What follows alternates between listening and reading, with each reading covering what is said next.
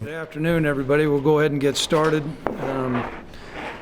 Big ball game coming up, and it's an exciting time for our players and our program. Just a little bit of a review of the last week's game against Nevada. You know, I thought there was some exceptional play by our offensive line. They did a great job opening up some holes at the point of attack, and I thought our wide receivers did a really good job blocking downfield. And then Brian really showed his skill. He's got some great vision combined with speed. He was elusive, but I think the biggest thing was he was relentless. I mean, time and time again. He's a real strong runner that's, like I said, the best term would be relentless.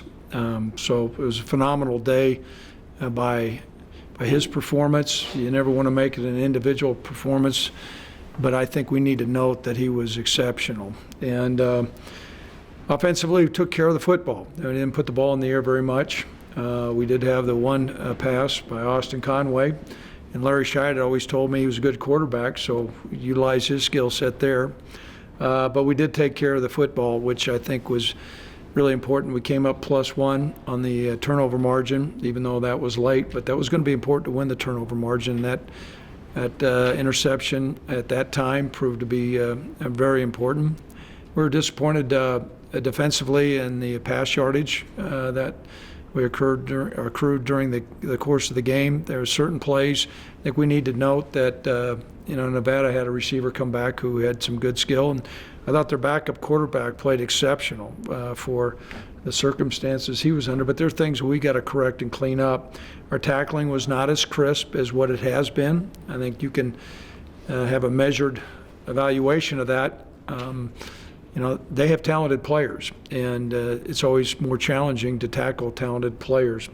And I think we lost the kicking game. And typically, when you go on the road, if you're not playing 2 out of the 3 portions of the game, you're not going to win. And what occurred was I thought we played exceptional offensively Saturday night. And so really encouraged by the performance there. We've got some work to do to clean up. We need to stay on the right trajectory offensively, but I think defensively we can get back in the groove this week.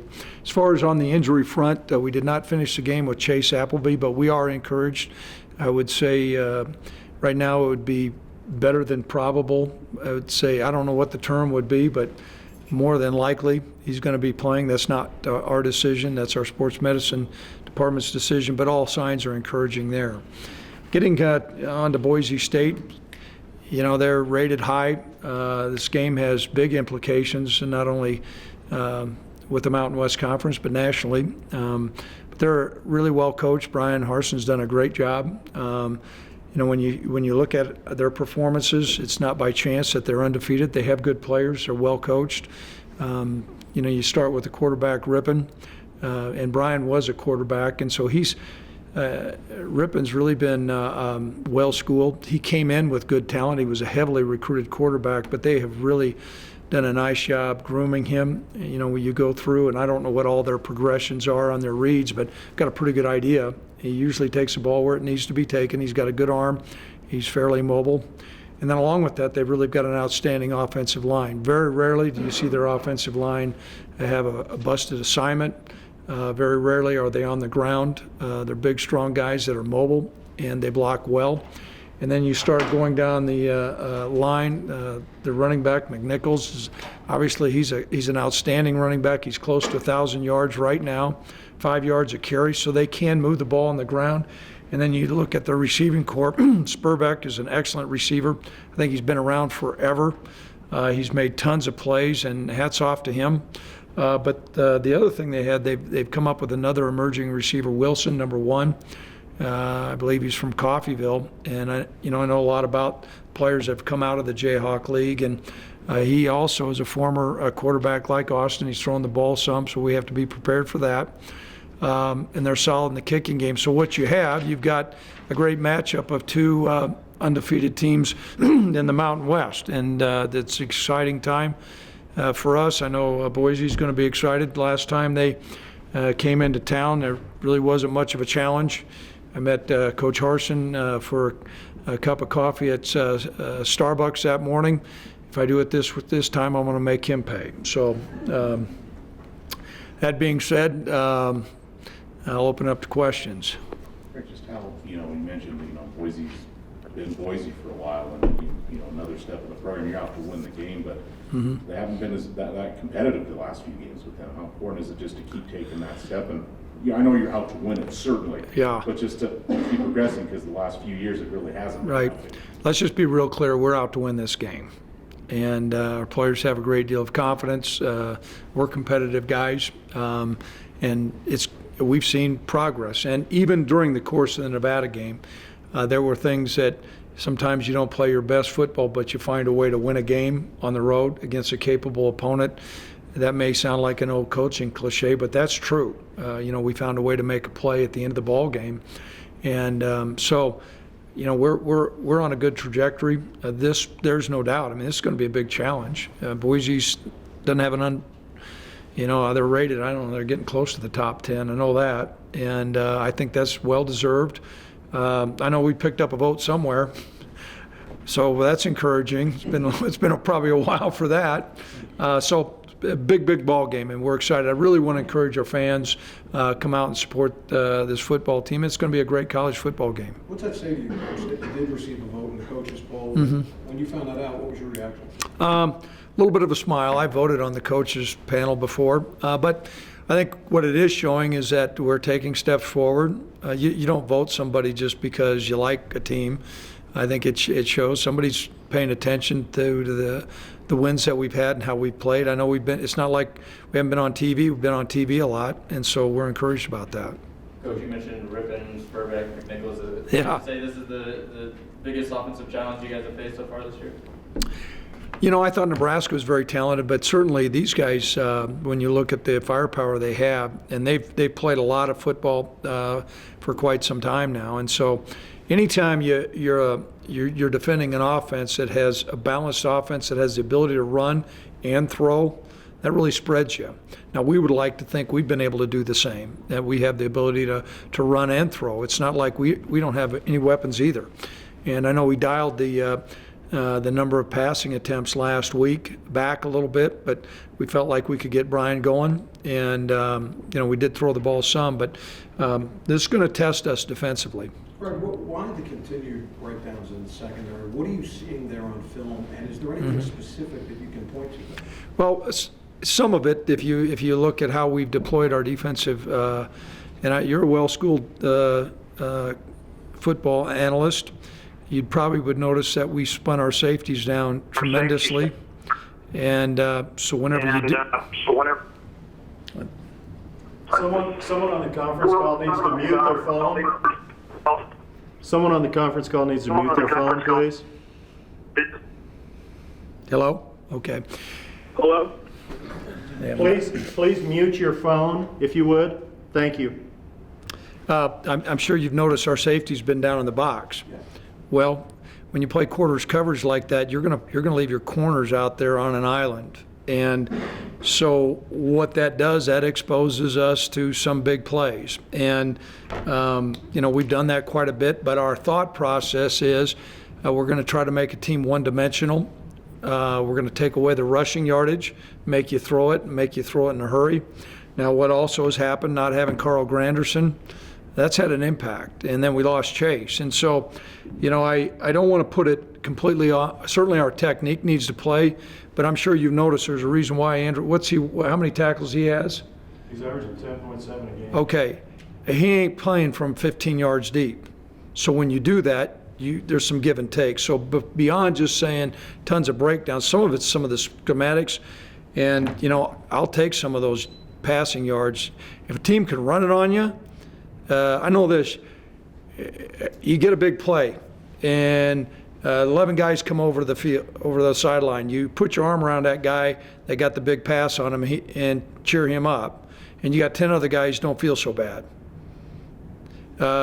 You get the ball run down your throat like we just did, you got 11 guys that got a pretty sorry look on their face. So that's been some of our mentality. Can we do that constantly? No. Can we play better? Yeah. But some of it is not completely all these breakdowns. Some of it's some of the, like I said, I'm sure you watched a lot of football. You saw us how much quarter coverage we played, how many times our corner's been out there. That's some of it. Is it fair to say you'd rather get beat by the pass than by the run? Yes. And you use, I don't know how many Division I teams are that are out there, 128. 128. Pick up the phone and you ask 128 defensive coordinators, what do you want? You don't want somebody that's going to hammer you. And that's our approach. Last year we got hammered by the running game. And quite frankly, a lot of our challenges in this game beyond the passing yardage, and we got to clean that up, was we didn't tackle very well. We weren't great at the point of attack, and that's some stuff we got to get cleaned up. So that's my defensive philosophy 101. Greg, you know, when you mentioned a little bit after the Nevada game, once Chase went out, obviously, that just kind of goes to show the importance. And I know, you know, you just look at his bio and 6 foot 270 or whatever, but he's really emerged to be a pretty important guy. And that would you agree that kind of showed after he went out? It did. Now that's not to take anything away from the other guys that went in, but he's quick as a cat. You know, he's got great explosion. He's able to beat some guys one-on-one. Sometimes you can get that position. You get a one-on-one block on a guard, or get a push on the pocket, and then all of a sudden now the quarterback's having to move around, and he's not able to set his feet, and so that hurt. And also it was another guy down. We didn't have as much depth, but that's part of college football. You know what? Nevada had problems. And they had a bunch of guys hurt. It's what teams right now, we're past the halfway point. Okay? What teams, you know who you are, what can you do to make some subtle changes to get a final push to the tail end? There's teams that are on the outside looking in right now. We're on the inside, and we got to make sure we maneuver our players in the right position. Some of the things that we just talked about, how we deploy our guys, how much quarter coverage we're going to play, how many times we're going to spin our safeties down, how many times we're going to play over the top, Tampa 2. You don't get a lot of plays deep in the passing game when we play Tampa 2. So. Coach, going off that, how do you think Sydney and the other guys stepping in did in that game, and how comfortable are you with them if you do? We're okay with them. There's, we appreciate their efforts. They're doing some things, but there's a reason why one guy's a starter. And we're going to need all those guys. And, we played a true freshman, Shiloh Windsor, in the game. We thought he did some good things. We got some good pressure early. We thought Kevin Prosser played well. We came up with some sacks earlier, and then we slowed down. And so it's not just one guy. It's a combination of 4 guys. And we're going to need all those guys this week against this team. Craig, obviously you coached in a lot of big games throughout your career. What's the message during a week of a big game like this? Because guys know what's at stake. Do you try to dial it down a little bit, say it's the next game up mentality? How do you go about these Well, games? the best way we know how to win a game like this is to prepare well. So there's a formula that we have there. But it has been my experience too, when you get in these games, you have a good effort by the players that are maximizing out their ability, but your playmakers, those are the guys that got to answer the bell. I mean, those are the guys, when you get in these ball games, that's where you have a guy like Brian Hill that he answers the bell. Or like in the Colorado State game, I don't know how many tackles Wingard had. He answered the bell. This is going to be a game where all the guys got to fill their role, but our playmakers, come Saturday at 5 o'clock at War Memorial Stadium, they need to be showing up, because I'll bet you dollars to donuts Boise's guys are going to do the same. And, it's going to be a heck of a ball game. Of course, you mentioned Shiloh before, and I thought, as you mentioned, in the early going, he showed some great bursts, some great acceleration, shot the gap a few times, came close to the quarterback. Didn't look to me, at least in the beginning of the game, like it was his first ever college football game. No, we thought there was a competitive look in his eye that we can practice. Sometimes guys are going to be playing and you go, oh my goodness, they're freshmen, they're scared. He didn't have that mentality. He's got good ability. Ideally, in a perfect world, we would have redshirted him. And when you get to be a really mature program, and I believe we're headed that way, those are the guys that you redshirt. If you look at Boise, how many redshirt guys do they have playing? They got a boatload. We wish we could have redshirted him, but I think he can help us. And, our mentality is next guy up, if you can help us win, we're going to play you. And we think he can help us win. Coach, even though some of your secondary has struggled, you have had players that have made leaps. this year, particularly Antonio Hall. Can you talk a little bit about the leap you made from last year this year? Well, all those guys have done well, and they've competed. Now they're still on a learning curve. I mean, we're encouraged about their competitive nature, and they're still young, but we're pleased with their progress. And the other guy that's really come in and played and helped us a lot is Rico Gafford. Rico's given a lot of meaningful reps, and he's got really good speed. Coach, what does it mean for this program just to have a meaningful game this late in the season? This is where we want to be. There's a principle in leadership that you can't seize it unless you see it. And I know that there were some dark days in the past, and we've got a ways to go here. But this is where we didn't get here by chance. And now it's going to be important that we continue to play well.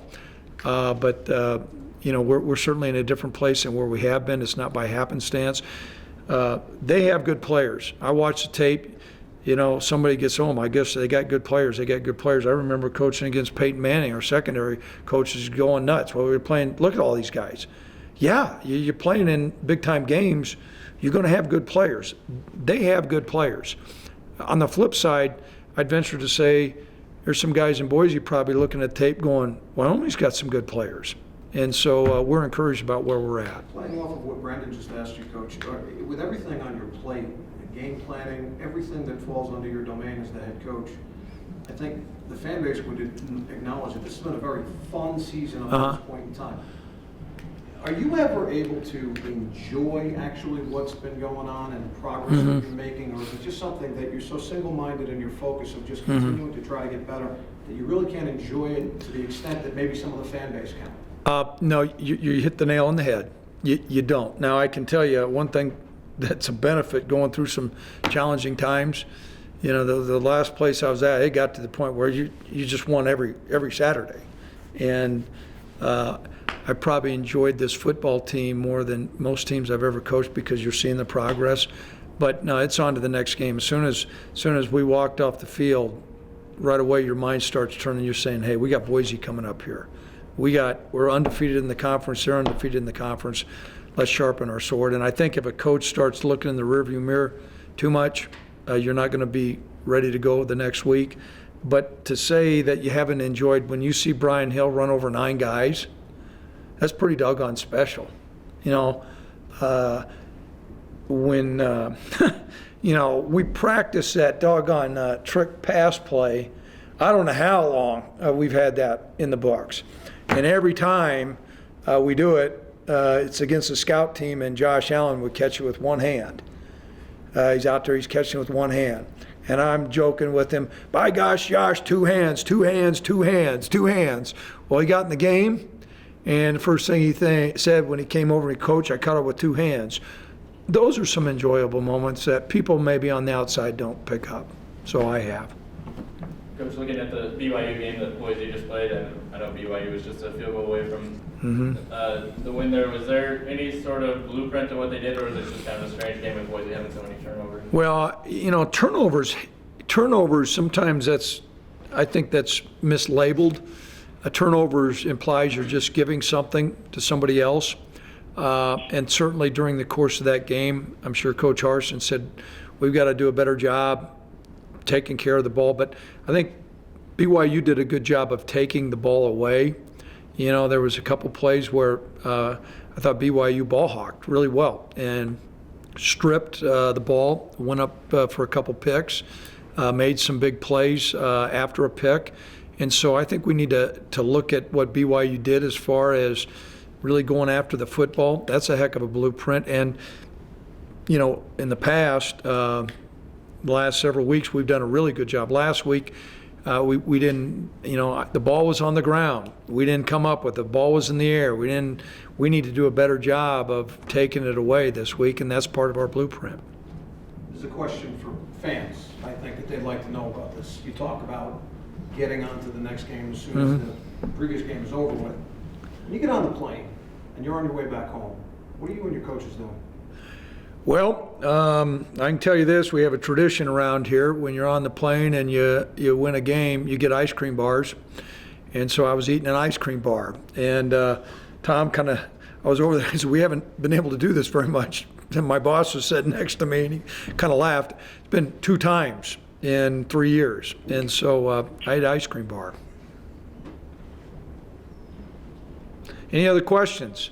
Okay. Oh, we have some people that are on the conference here. So I'll open it up to any questions, people that are here via phone line. Hey, Coach, this is Keith Kelly in Cheyenne. You've talked a lot about Boise State's offensive abilities. What kind of challenges did they pose, though, defensively for you guys?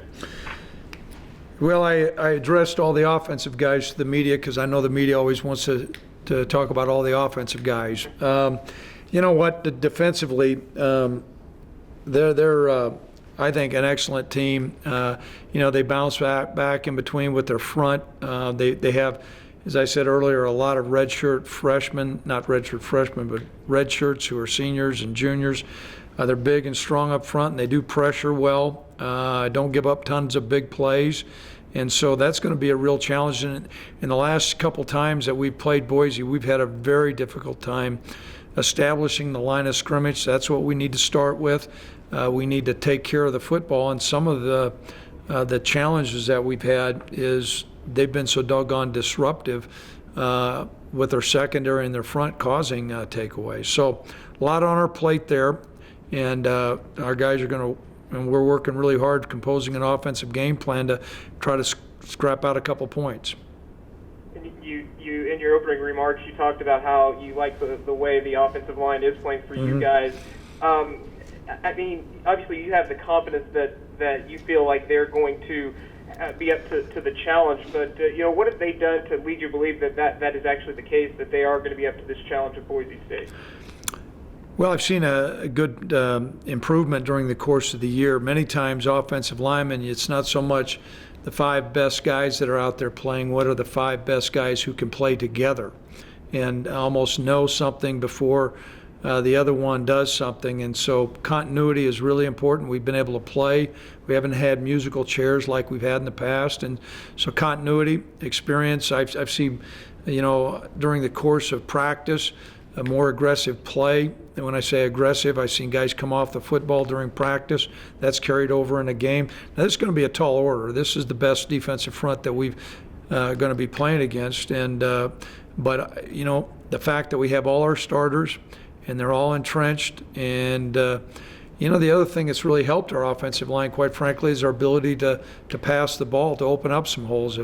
If you're constantly one-dimensional, you're going to get 9-man boxes all the time. We've gotten some people to play off us a little bit because we can throw the ball and catch it. Thanks, Coach. You bet, Keith. Anybody else online? Thanks a lot. Yeah, hey, Craig. This is Michael Katz, the Idaho Statesman. How are you doing? Well, doing very well. I thought I was out of the door here, Michael, so go ahead. Last one. This is it, I promise. Okay.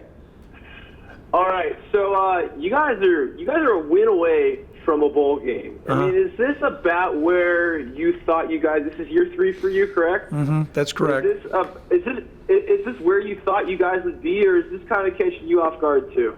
I've been asked that quite a bit, Michael, about where we're at. What you never want to do is cap a football team. There are times, though, once you're head coach and you walk around the field, this team's got a great chance to go a long, long ways. For us to be 3-0 in the conference, we're certainly pleased with that. To say that surprised me a little bit. If you start out at the beginning of the year, maybe a little bit. I've seen great signs. But once you get in the midst of the season, you're going to max out on where you're at. And so maybe a little bit ahead of where I thought we would be. But we saw a really good team coming back from fall camp, and we had confidence that we were going to be better. How much better? Some of that's going to come into play, Michael, by how many guys get injuries during the course of the game or during the course of the season. And, we've sustained one injury. Now, nonetheless, that was to a really good player, but we've been pretty healthy. And so that's probably put us a little bit ahead of the curve where I thought we'd be. Okay, everybody. All right, thank you so much. You bet, Michael.